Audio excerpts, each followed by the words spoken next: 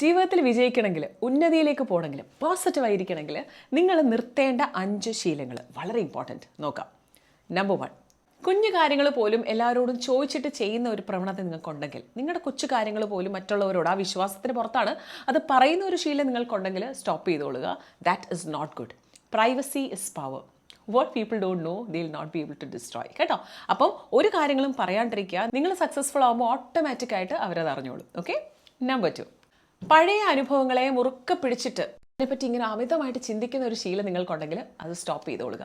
ഒരിക്കലും പാസ്റ്റിലെ കാര്യങ്ങൾ നമ്മളിങ്ങനെ ഉള്ളിൽ കൊണ്ട് നടന്നുകൊണ്ടിരുന്നാൽ അതൊരിക്കലും ഒരു സക്സസ്ഫുൾ ആയിട്ട് പോസിറ്റീവായിട്ട് നിങ്ങളെ മുമ്പോട്ടേക്ക് കൊണ്ടുപോകാൻ അത് സഹായിക്കില്ല. അത് നിങ്ങൾക്ക് ഒറ്റയ്ക്ക് പറ്റുന്നില്ലെങ്കിൽ ഒരു പ്രൊഫഷണൽ ഹെൽപ്പ് എടുത്തോളൂ, നോ പ്രോബ്ലം. ബട്ട് സ്റ്റിൽ പഴയ കാര്യങ്ങളെ മുറുക്കെ പിടിക്കുന്നുണ്ടെങ്കിൽ ആ ശീലം നിങ്ങൾക്ക് നന്നല്ല. Number 3, always grumbling and never being grateful. ഈ ശീലം നിങ്ങൾക്കുണ്ടെങ്കിൽ അത് നിർത്തിക്കോളുക. അതായത് എപ്പോഴും നല്ല കാര്യത്തിനെ പറ്റി അതിന് താങ്ക്ഫുൾ ആവാണ്ട് ഇല്ലാത്ത കാര്യത്തെപ്പറ്റി എപ്പോഴും ഇങ്ങനെ പറഞ്ഞുകൊണ്ടിരിക്കുക, അതിനെപ്പറ്റി കുറ്റം പറഞ്ഞുകൊണ്ടിരിക്കുക, ഗ്രംബിൾ ചെയ്തുകൊണ്ടിരിക്കുക. ഈ ഒരു ശീലം ഒരിക്കലും നന്നല്ല. അങ്ങനെ ഉണ്ടെങ്കിൽ ഈ ശീലം നിർത്തിക്കോളുക. That is not good for you. Number 4, not taking care of yourself. ആ ഒരു ശീലം നിങ്ങൾക്കുണ്ടെങ്കിൽ, കാര്യം സാധാരണ എസ്പെഷ്യലി അമ്മമാരാണെങ്കിൽ ബാക്കി എല്ലാവരെ പറ്റി നമ്മൾ ചിന്തിക്കും. ഹസ്ബൻഡ്, ഗ്രാൻഡ് പേരൻസ്, നമ്മുടെ മദർ ഇൻ ലോ, എല്ലാവരും, കുഞ്ഞുങ്ങൾ, എല്ലാവരും. പക്ഷെ നമ്മളെ ടേക്ക് കെയർ ചെയ്യത്തില്ല. ആ ഒരു ശീലം നിങ്ങൾക്കുണ്ടെങ്കിൽ അത് സ്റ്റോപ്പ് ചെയ്ത് കൊള്ളുക. Give priority to yourself first.